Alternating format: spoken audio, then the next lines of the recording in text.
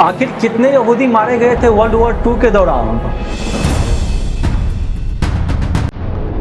क्यों हिटलर यहूदियों से इतना नफरत करता था?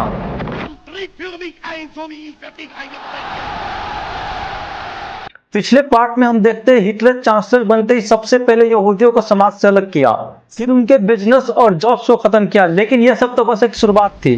तो चलो स्टोरी को आगे बढ़ाते हैं।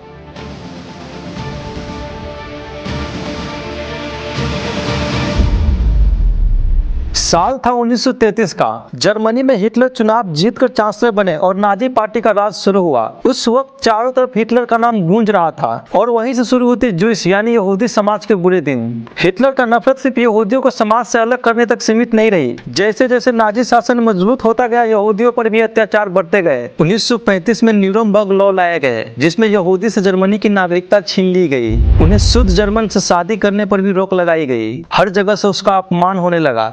स्कूल, कॉलेज और ऑफिस कई भी उनके लिए जगह नहीं थी। लेकिन असली तबाही तो 1938 में आई, जब क्रिस्टलनेट, यह एक जर्मन शब्द है, इसका मतलब होता है टूटी हुई कांच की रात। ये वो रात थी जब एक ही रात में हजारों यहूदी दुकान, सिनेगॉग्स यानी यहूदी मंदिर और घरों को जला दिया गया। यहूदियों को मार पीट कर सड़कों पर फेंक दिया गया। पुलिस और सरकार ने भी कुछ नहीं किया, क्योंकि यह हिटलर की ही योजना थी। और हिटलर क्यों यहूदियों से इतना नफरत करता था? पहले वर्ल्ड वॉर फर्स्ट के बाद हिटलर का मानना था कि जर्मनी को वार हारने, उसके बाद आने वाली इकोनॉमिक प्रॉब्लम का शिकार बनने का कारण यहूदी था। दूसरा रेसेस थ्योरी, ये एक जातिवाद पर बेस्ड थ्योरी है।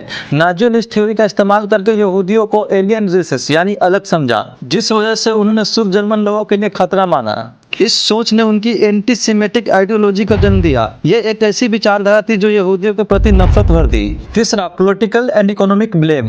हिटलर के प्रोपेगेंडा के मुताबिक यहूदी कैपिटलिज्म और कम्युनिज्म दोनों का प्रतिनिधित्व करते थे। कैपिटलिज्म, उनके हिसाब से यहूदी पैसे कमाने, व्यवसाय करने और लाभ प्राप्त करने में अधिक रुचि रखते थे। हिटलर कहता था कि यह धंधा और लालच के लिए जिम्मेदार है, जिससे समाज में असंतुलन और व्यवसायी असमानता पैदा होती है। कम्युनिज्म दूसरी तरफ यह भी कहना था कि यहूदी ऐसे सिस्टम के प्रतिनिधि है जो सरकार को गिराने और पूरी सामाजिक व्यवस्था को बदलने की कोशिश करता है। हिटलर ने उसे ऐसे दुश्मन के रूप में देखा है जो जर्मनी के सामाजिक और आर्थिक व्यवस्था को गिराने में सहायक है।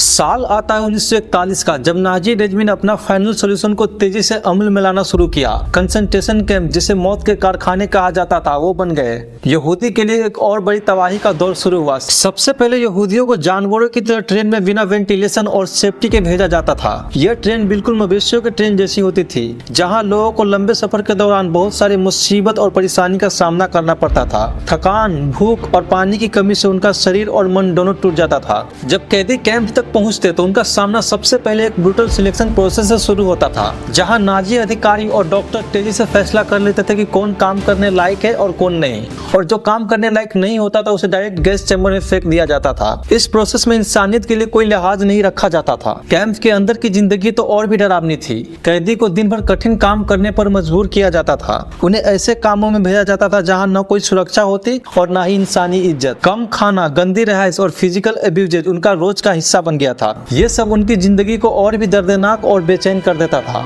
सबसे भयानक चीज था गैस चैम्बर। जब काम करते करते कोई ज्यादा बीमार हो जाता तो उन्हें सीधे गैस चैम्बर में भेज दिया जाता। साइक्लोन बी जैसे जहरीली गैस से उनकी जान एकदम से छीन ली जाती। गैस चैम्बर के बाद उनके शरीर को क्रेमेटोरियम में भेज दिया जाता, ताकि उनके कत्ल का गवाही मिटा दिया जाए। हर रोज हजारों जिंदगी मौत के दायरे में समा जाती। 1941 के दौर में कंसंट्रेशन कैंप ने इंसानियत के खिलाफ एक नया और भयानक पहलू जोड़ दिया।